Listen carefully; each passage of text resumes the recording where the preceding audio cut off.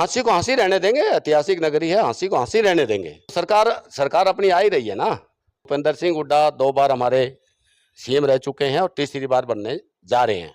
तो लोग भी कह रहे हैं कि प्रेम सिंह मलिक चुनाव लड़ेंगे। कई लोगों ने पूछा है, प्रेम मलिक के पास जाओ तो उनसे पूछना आपने क्या समाज सेवा करी है, अभी तक लोगों ने देखा नहीं है।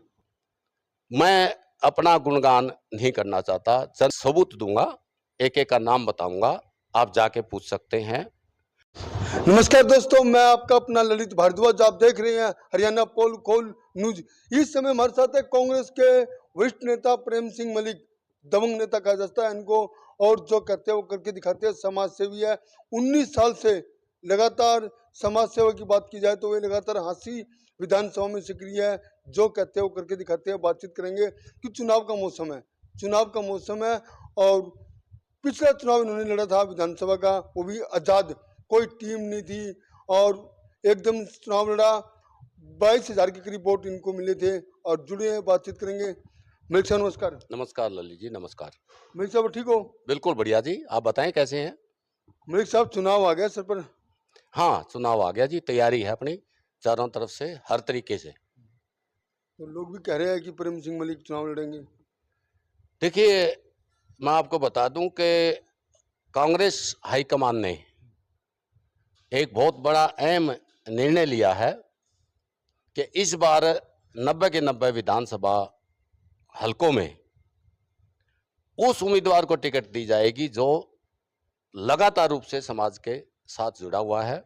समाज में जो जन विरोधी नीतियां भारतीय जनता पार्टी की, उनकी आवाज जो उठाता रहा, और जहां जहां आंदोलन हुए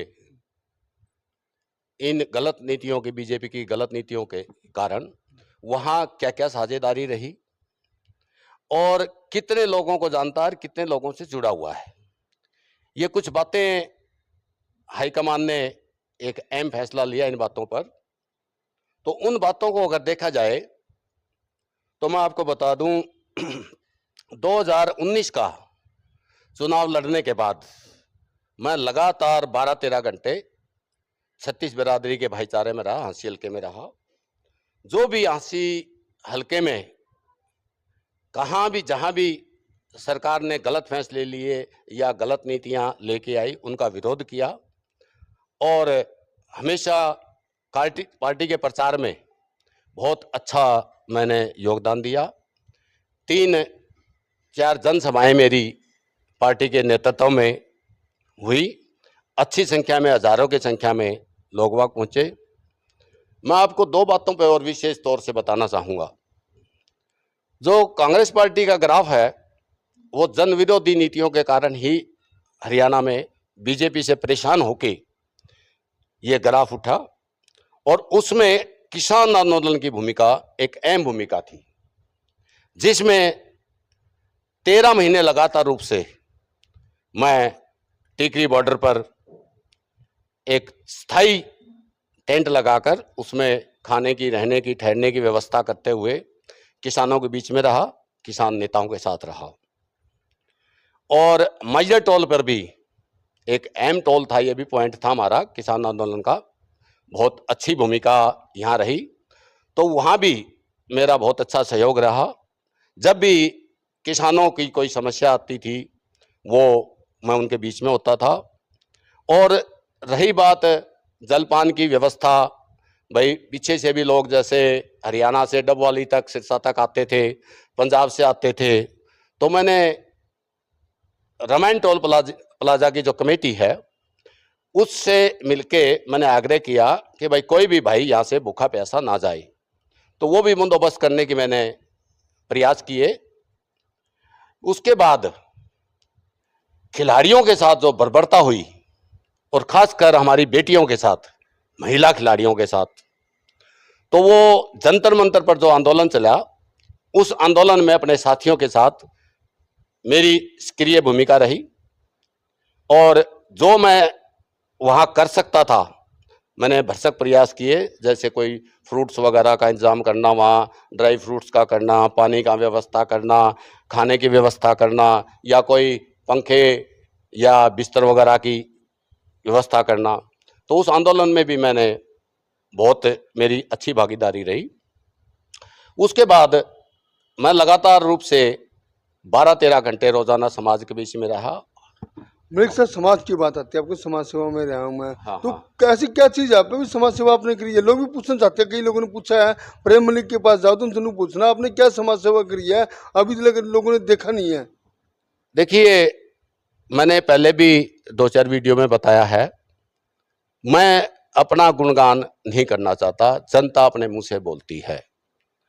और अगर आप पूछते हैं तो मैं आपको बता दूं, अभी तक 128 घर अपने निजी कोष से जिनके गिर गए थे या जर्जर। मलिक साहब, आज के टाइम में एक मकान लोग नहीं बना सकते, आप बहुत बड़ी बात कर रहे हो 128 मकान की। देखिए, मैं आपको बताना चाहता हूं, मैं सबूत दूंगा, एक एक का नाम बताऊंगा, आप जाके पूछ सकते हैं। ये बिल्कुल सच्चाई है। और 4 मकान अभी निर्माणाधीन भी हैं, अभी चल रहे हैं। तो कुल मिला के देखिए, प्रेम सिंह मलिक के कांग्रेस के नेता साफ तौर पर कह रहे हैं कि 128 मकान रिकॉर्ड, 128 मकान। हम लोग है, कोई भी हो, एक मकान बनाता है तो पसीने आ जाते हैं, लेकिन 128 मकान की बात कर रहे हैं, बातचीत जारी है अभी। देखिए, पिछले 19 साल से मैं, जो भगवान मेरे को अपने व्यापार से कुदरत जो देती है, उसमें से तीसरा हिस्सा समाज के लिए निकलता है और असहाय लोगों की या ज़रूरतमंद लोगों की मदद होती है। इसके अलावा अभी तक 13,500 ट्रैक सूट खिलाड़ियों को 13,500 ट्रैक सूट। खिलाड़ियों को दे चुका हूं। और मैं इस बात पे भी कभी फख्र करता हूं कि मैं अपना नाम उस पर कभी आज तक नहीं लिखवाया। कभी भी कोई मतलब एक बनियान भी देता है तो उस पर अपना नाम लिखवा देता है, मैंने कभी अपना नाम प्रचार के लिए नहीं लिखवाया। लाइब्रेरी पार्क भी बनवाएंगे आपने? हाँ, देखिए, मेरी लाइब्रेरी चानोत में बनी, भाटला में बनी। स्कूलों में जो बाउंड्री की जरूरत थी, गिर गई थी, गेट बनवाने थे, वो मैंने काम किया। अध्यापक मैंने स्कूलों में जहाँ नहीं थे अपने निजी कोष से रखे हुए ताकि बच्चे पढ़ सके। इसके अलावा मैं आपको बता दूं कि मुझे बड़ा फख्र होता है कि उमरा गांव में जहाँ से मैंने शुरुआत की थी, तो मेरे प्रयासों द्वारा या मेरे सहयोग द्वारा एक बच्ची ने स्टार्ट किया था, पूनम मलिक ने। अब सैकड़ों बच्चे अंतर्राष्ट्रीय खेल आए हैं, खेल के आए हैं। और शिक्षा के क्षेत्र में अच्छी पढ़ाई लेकर, जहाँ पढ़ाई के उनको अवसर नहीं मिलते थे या जिन बच्चों का अभाव था और वो प्रतिभावान थे, उनको भी मैंने सहयोग किया। उनमें भी बहुत सारे बच्चे अच्छी पढ़ाई करके अच्छे अच्छे पदों पे बैठे हुए हैं। उमरा गांव में कबड्डी का ग्राउंड है, हॉल बना था इंडोर, उसमें भी मैंने 5 लाख रुपए की सहयोग राशि नकद दी थी। अभी उमरा गांव में खेतों में धर्मशाला बनाई गई थी, वहाँ भी 5 लाख रुपए का मेरा सहयोग था। और उमरा गांव में एक पार्क बना था, जो मैं आपको बता दूं कि पूरे उमरा गांव का उसमें सहयोग था, पूरे उमरा गांव का। और जब वो बाउंड्री बना के लेवलिंग पे आ गया था तो मेरे को बुलाया गया था, उसमें भी 3,02,000 रुपये मैं दे के आया था। सुल्तानपुर में मैंने एक बहुत बड़ा स्टेडियम बनाया ग्राउंड में, जिसकी लागत लगभग 27 लाख रुपए लगी थी। ये फिगर तो बहुत करोड़ों में पहुंच चुकी है आपकी, तो कई करोड़ों में। कुदरत दे रही है, मैं लगा रहा हूँ। तो फिर हमारे गांव में ही, ये ड्रामा नहीं कर रहे, जो बता रहे हैं ड्रामा नहीं कर रहे, जो बात इनकी है वो हकीकत है। एक एक सच्चाई है। सुल्तानपुर में हमारा डेरा है, मठ बोल देते हैं। हमारे बुजुर्गों के ऊपर आशीर्वाद रहता है। वहाँ के महाराज ने मेरे से कहा कि इसमें आपको 11 लाख रुपए का सहयोग देना पड़ेगा। तुरंत प्रभाव से 11 लाख रुपए की नकद राशि में वहाँ दे के आया था। इसके अलावा कुछ परिवार ऐसे हैं जो अपना गुजारा भत्ता करने में तो सक्षम है, कुछ एक आधा मेंबर परिवार में बीमार हो जाता है, दवाई पानी का खर्चा नहीं चल पाता। तो 48 परिवार ऐसे हैं जहां हर महीने मेरी पेंशन उन्होंने मैंने बांधी हुई है दवाई पानी के लिए, ताकि वो अपना इलाज जारी रख सके और अपने आप को बचा सके।